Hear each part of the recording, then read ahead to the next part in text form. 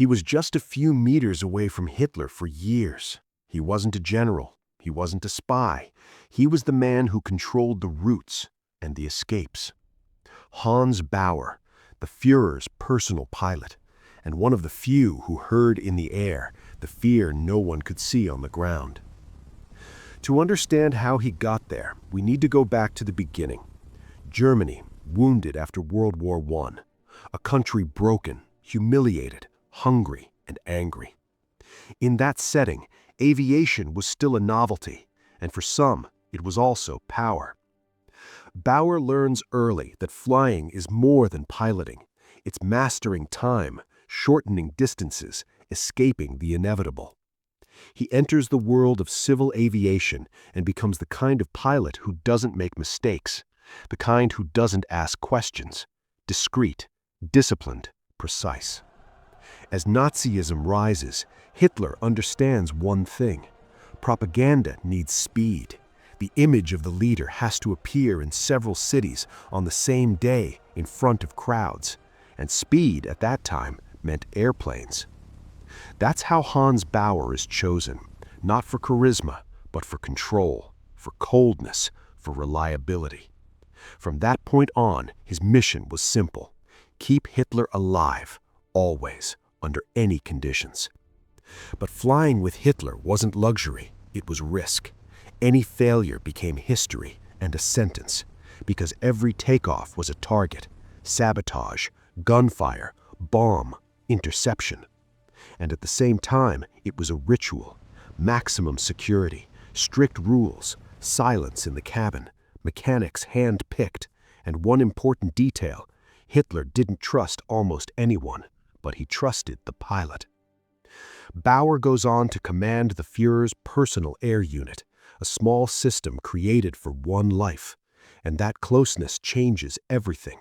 Because while the public saw a confident leader arriving from the sky as a symbol of strength, the pilots saw what no one saw: the temperament, the fatigue, the long silences, the short bursts. Baur learns to read Hitler without words. One look and the route changes. One gesture and everyone understands it's not time to breathe.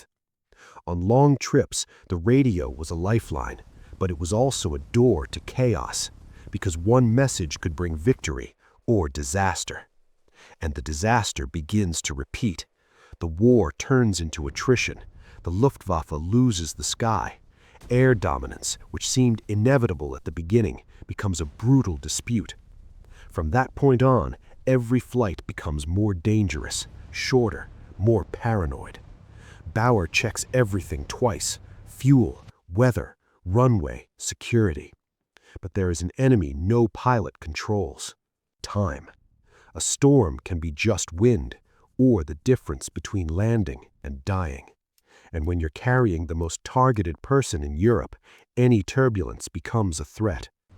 With the Allied advance, Hitler isolates himself more and more, and the airplane becomes the last bridge between him and the world. But that bridge begins to break. Assassination attempts become real, close, almost inevitable.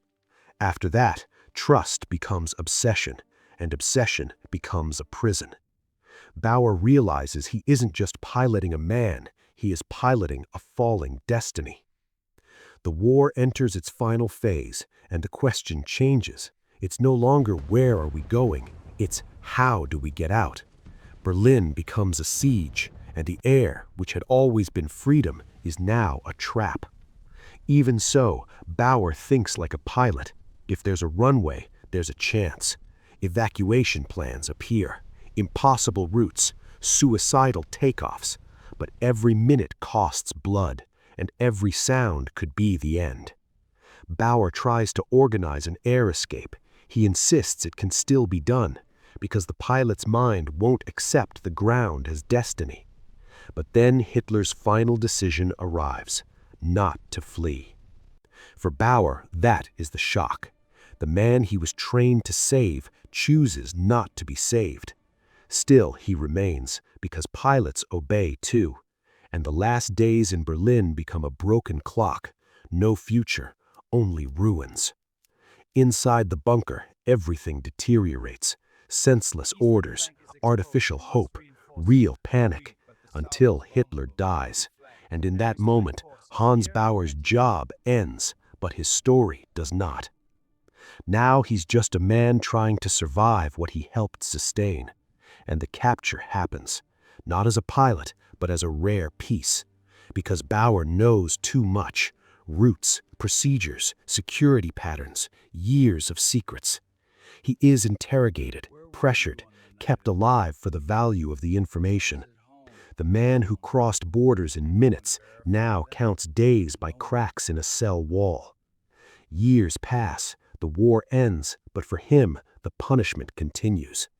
When he finally gets out, Baur carries a burden no one envies. He outlived the pilot and the passenger.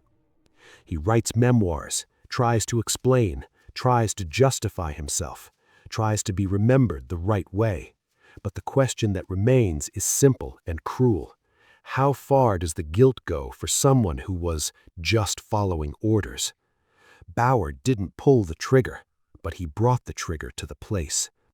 In history, some dominate with speeches, others dominate with silence and fuel. He was the pilot of one of the most hated men of the century, and that makes him part of the flight. The sky for Baur was work. For the world, it was a warning. And in the end, the irony, the man who controlled routes did not control destiny. Hans Bauer's story is a reminder. Behind great monsters, there are operators, and sometimes the most dangerous operator is the one who seems merely technical. If you want more real war stories told from unexpected angles, subscribe, because the next one is even more disturbing.